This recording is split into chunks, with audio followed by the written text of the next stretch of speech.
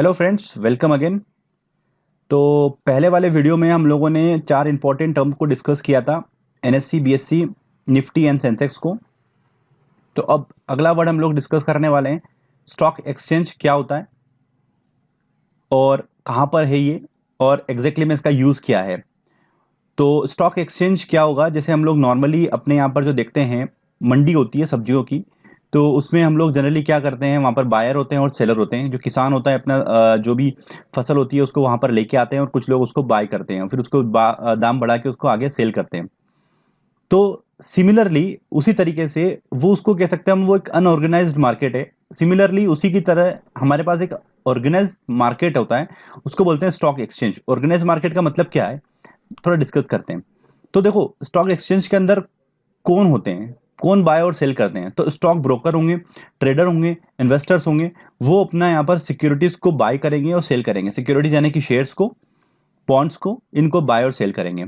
तो ये यहाँ पर जो वर्ड एक्सचेंज आ रहा है, एक्सचेंज का मतलब ये हो रहा है कि यहाँ पर कोई ना कोई बंदा किसी सिक्योरिटीज को बाय करता है, कोई ना कोई उसको सेल करता है, because it's a secondary market. Secondary market का मतलब ये हो गया कि अभी हम लोग एक वीडियो के अंदर डिस्कस करते हैं कि what is primary market and what is secondary market. Secondary market का मतलब ये कि सपोज मुझे एसबीआई का स्टॉक परचेज करना है, तो एसबीआई का स्टॉक अगर मैं किसी से परचेज करता हूं तो मैं डायरेक्टली कंपनी से परचेज नहीं कर रहा हूं उसको, क्योंकि बिकॉज ऑफ स्टॉक एक्सचेंज जो है वो सेकेंडरी मार्केट है। तो किसी न किसी बंदे ने उसको पहले बाई किया हुआ था, मैं उससे परचेज कर रहा हूँ।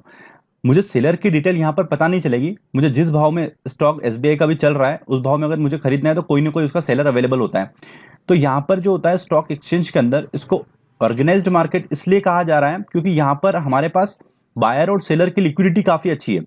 अगर किसी बंदे को कोई 1,000, 10,000, 1 लाख स्टॉक सेल करना है तो यहाँ पर हो सकते हैं। हम लोगों को यहाँ पर बायर और सेलर ढूंढने की जरूरत नहीं पड़ती है। तो यहाँ पर कंटिन्यूसली बायर और सेलर कर क्या रहे हैं, वो ये कर रहे हैं कि अपने स्टॉक्स को या तो बाई कर रहे हैं या सेल कर रहे हैं। तो कंटिन्यूसली जो स्टॉक की ओनरशिप वो चेंज हो रही है। तो कुछ ना कुछ एक्सचेंज कर रहे हैं, बायर को सेल, जो सेलर है वो सेल कर रहा है, बायर बाय कर रहा है, फिर जिस जो बाय कर रहा है वो सेल कर रहा है। तो यहाँ पर जो है बार बार जो है वो एक्सचेंज कर रहा है स्टॉक्स को। तो स्टॉक्स का एक्सचेंज होना, इट्स समथिंग लाइक, वो कहाँ होगा? स्टॉक एक्सचेंज के अंदर होगा। तो हमारे पास दो स्टॉक एक्सचेंज हम लोगों ने डिस्कस करे थे पिछले वाले वीडियो के अंदर। एक होता है बीएससी, बॉम्बे स्टॉक एक्सचेंज, और एक होगा एनएससी।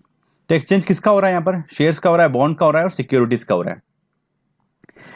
देखिए, स्टॉक एक्सचेंज की डेफिनेशन मैंने थोड़ा सा यहाँ पर एक ब्रीफ में डाली हुई है कि stock exchange is an organised market for buying and selling corporate and other securities.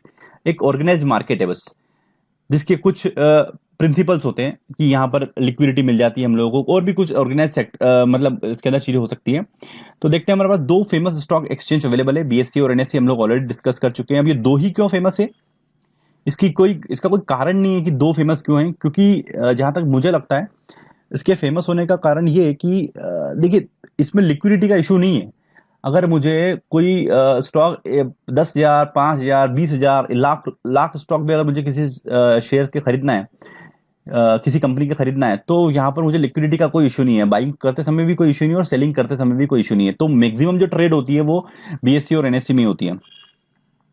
अब क्यों लोग बाय और सेल करते हैं ये हम लोग आगे डिस्कस करते हैं। क्या इसमें पैसा लगाना एक गैम्बल होता है स्टॉक एक्सचेंज के अंदर? तो मेरा कहना है यहाँ पर कि not, it is not an Gamble. और कैन यू सेल और बाय शेयर्स ऑन एक्सचेंज?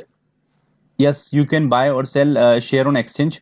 तो आप लोगों को इसके लिए क्या करना होता है, छोटी सी प्रोसेस होती है, डीमेट अकाउंट ओपन करना होता है।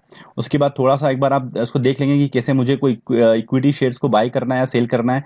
तो इट्स समथिंग लाइक आप जैसे नेट बैंकिंग ऑपरेट करते हैं उसी तरीके से ये होता है।